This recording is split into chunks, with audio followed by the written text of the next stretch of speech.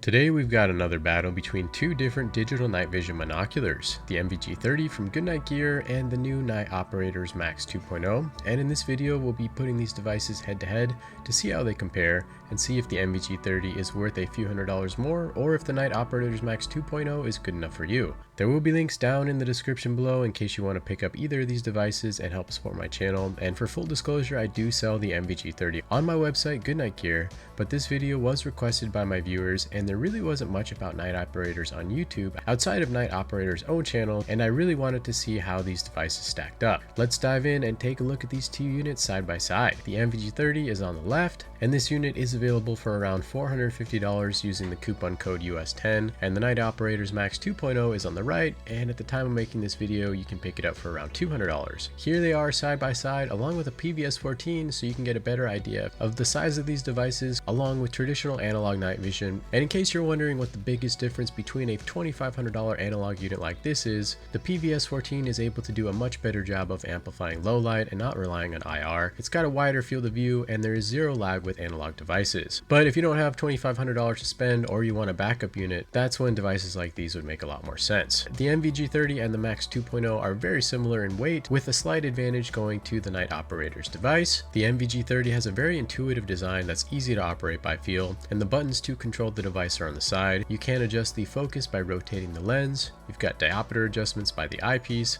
On top of the device you can attach compatible mounts. On this side you've got USB-C charging and a micro SD card for video recording protected by a port cover, and down here you've got a battery cover which you can unscrew to swap in and out 18650 batteries, which is quite convenient. Hands-free options are plentiful, and the device comes with a helmet mount and a dovetail mount, and you can also pick up bino bridge kits, helmets, and headbands, and there's more about the bino setup in another video which I'll link down below. And overall the included accessories are a step up in build quality compared to what you get with Night Operators. The Night Operators Max 2.0 has a more simple design and the buttons are all on the front, so you will need to reach around the front of the device, but the features are pretty limited, but you shouldn't find yourself needing to do this too often. You can adjust the focus by rotating the lens, and there's an uncovered USB-C port on the side which charges the built-in 1700 mAh battery, and there's a tripod style mounting screw on top of the device. For hands-free options you get a head strap and a flexible mounting arm included in the box, and it looks like this, and you can also pick up a helmet mount and a compatible helmet on their website. With Night Operators you're limited to turning the power on and off, adjusting the screen brightness, and turning the IR illuminator on and off. With the NVG30 you get a lot more features like digital zoom, different color viewing modes, IR brightness level adjustments, video recording, picture-in-picture, an onboard compass,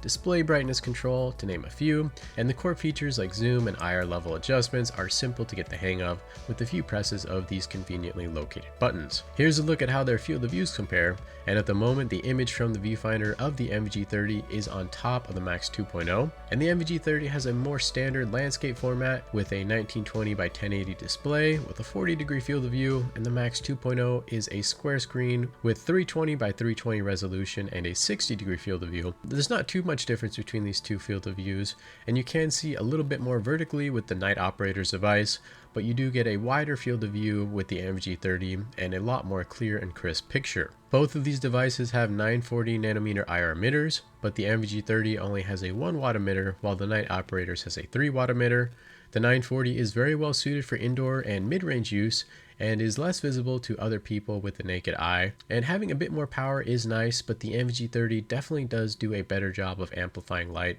and this will be very apparent when we look at these devices with no supplementary IR lighting. You can adjust the concentration of the IR illuminator on the Night Operators device, but it doesn't really focus the beam as much as it could. There is no onboard recording feature on the Night Operators Max 2.0, so all the footage from this device that we're seeing is captured via smartphone, which doesn't quite do justice to the experience that you get looking through the device with your eye. And when looking through the viewfinder directly, you are going to get a much sharper image. The NVG30 does have really good onboard 2K recording, so most of the footage we'll be looking at will be recorded to the device directly, and you can also broadcast a video feed via Wi-Fi to your smartphone. We're going to start with the test with no IR light turned on, looking through the eyepiece on both devices so you can get an idea of how their performance compares for those of you who are concerned about your IR signature. And as you can see, the NVG30 is able to pick up a significant more detail and does a better job of amplifying low light in these conditions compared with the Night Operators Max 2.0, and this is going to be one of the biggest differentiators between these two devices in terms of low light performance.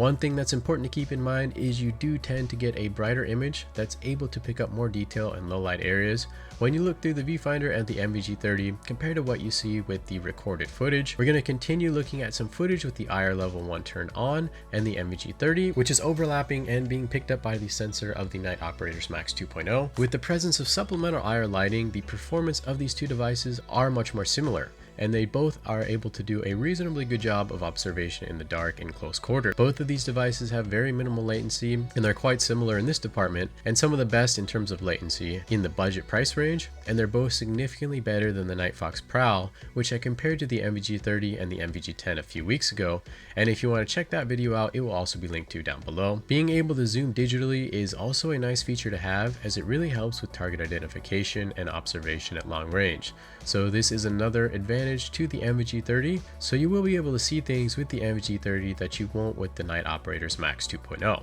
The NVG30 also does a better job of separating ambient light from its surroundings, and much less detail is lost as we gaze into more well-lit areas. The performance of the Night Operators 2.0 pretty much delivered what I was expecting. It performs decently for the price, and it's not a bad unit if you have no issues running with IR lighting. However, the performance with no IR lighting was fairly poor. It is lacking a lot in terms of basic functionality compared to many other digital monoculars on the market, but the field of view and the clarity of the picture were better than anticipated. The NVG30 is a much better product overall, and particularly with no IR lighting. Many features in the UI do help to improve the user experience, and being able to swap batteries in and out is a nice advantage that the NVG30 has over many other digital units on the market. Let us know if you have any experience with the NVG30 or the Night Operators Max 2.0 down in the comments. A lot more digital night vision comparison videos are in the works, including an in-depth comparison to the Psyonix Opsin, which just dropped down in price to below $2,000, and this will be a very informative video to watch for anybody serious about getting into digital night vision.